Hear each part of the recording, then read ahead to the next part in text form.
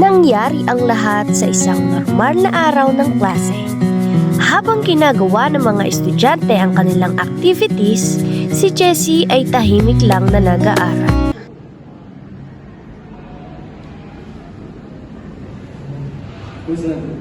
Sige, pause na. Tuloy ka. Ganda ng gupit. Feeling yung lalaki yan. Hindi nila inisip na makakasama ito. Pinost nila ang picture sa social media na may caption na hindi maganda.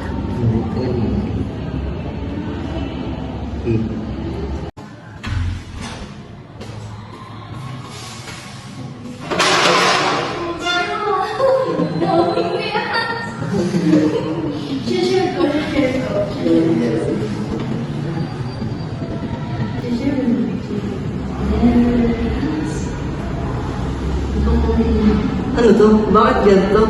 Ba't sila nag-post nito? Parang mga walang moto ah.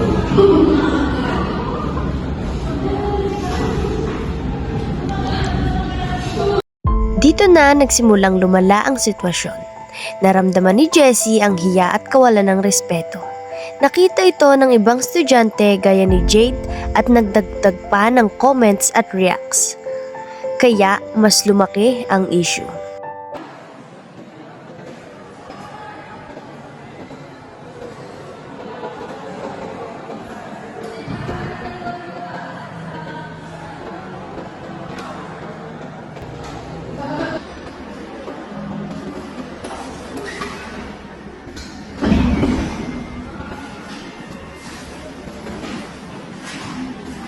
Good morning, class. Good morning, ma'am. Okay, ready na mga activity.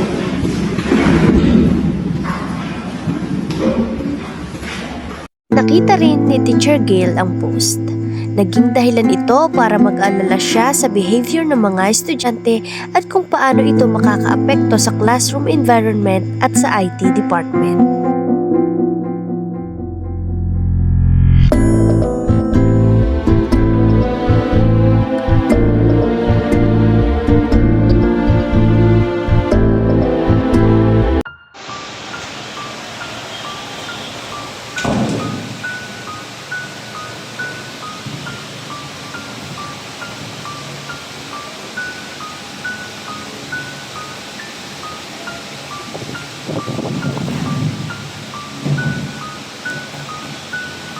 Class, may nakita akong post tungkol sa isang estudyante dito. Hindi tama ang pag-post ng picture ng walang pahintulot. Alam niyo ba kung anong pwedeng mangyari? Hindi niyo ba naiisip kung anong mararamdaman ng kaklase niyo? At kung sa inyo ginawa yun, matutuwa ba kayo? Always remember, hindi kayo pumapasok sa school para i-look down at pagtawanan ng kaklase niyo, lalo na kung alam niyong masasaktan sila.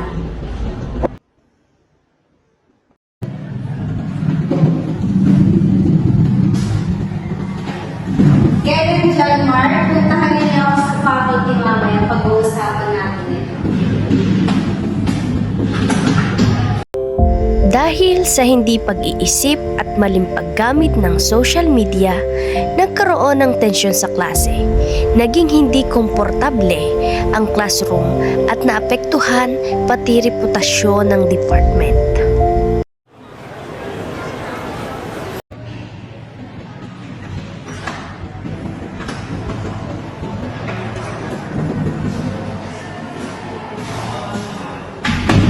Please have a seat.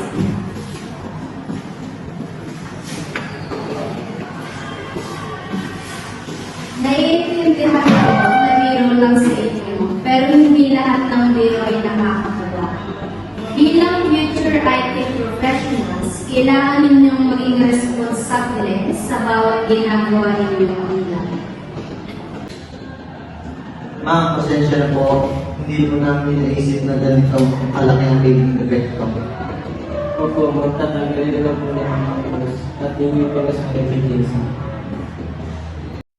Pinakinggan nila ang paliwanag at naintindihan nila ang mali.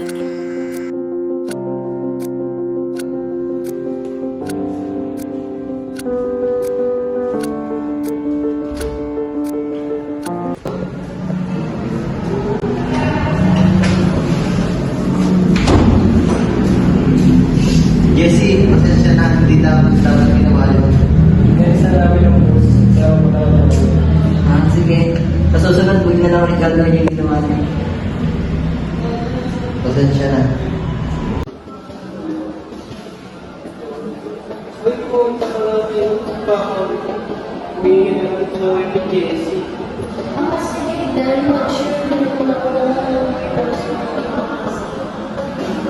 Tomorrow.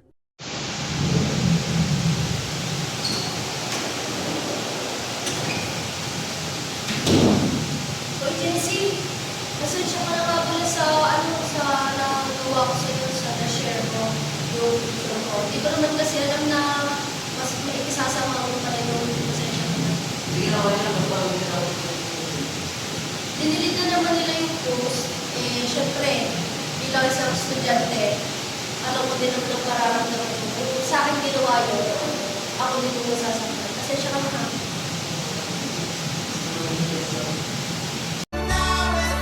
Naging maayos ang lahat dahil pinili nila ang tamang aksyon.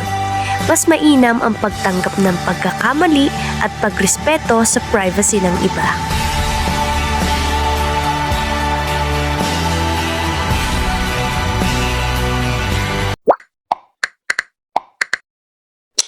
We learned that asking permission is one of the important things to do bago mag-post ng picture ng ibang tao.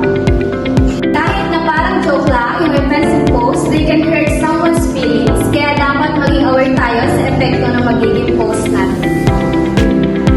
One wrong post lang pwede magdulot ng maraming problema. Kaya ang importante, mag-isip muna bago mag-upload. Sabi nga sa kasabihan, think before you click. As IT student, responsibility namin ay gumamit ng social media ng may respeto at pagiging careful sa bawat post. Mas okay na umiwas magkamay ng iba kasi kung ako ulit sa huli. Social media is part of our everyday life. Pero nasa atin pa rin kung paano natin ito gagamitin with respect, care, and responsibility.